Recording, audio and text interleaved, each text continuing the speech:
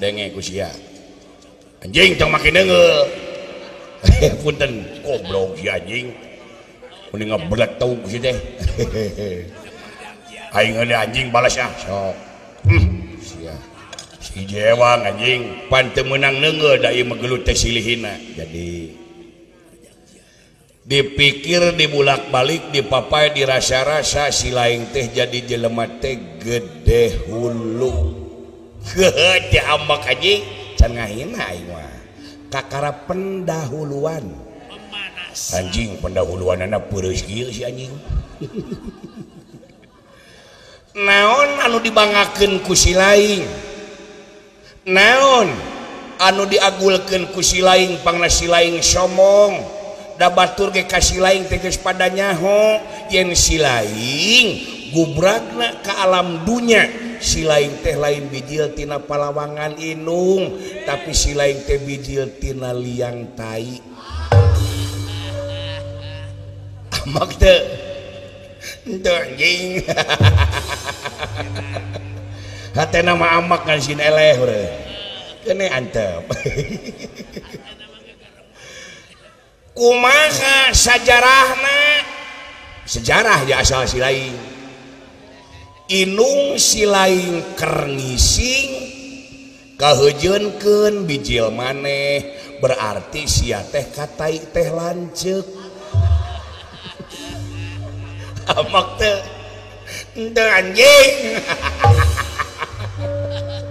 katena mah amak kan si neleh urang keun antep goblok sia mamanya anjing aing boga dulur waduk anjing amak teh henteu cicing teu mah kaduhung diajak si anjing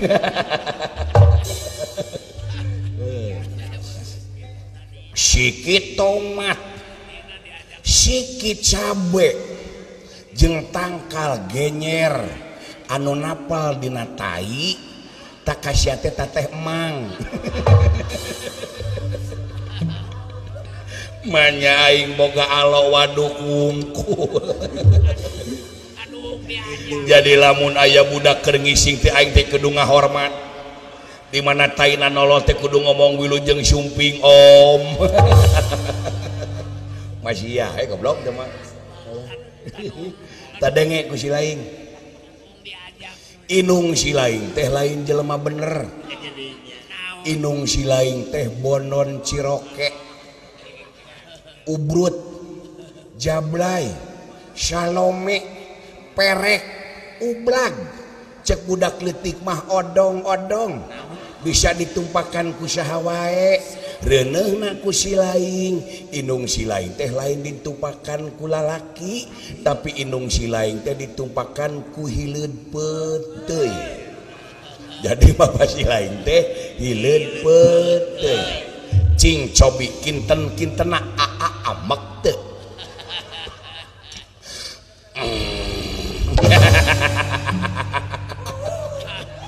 ngareng ngapunang jantung aduh amak nyamak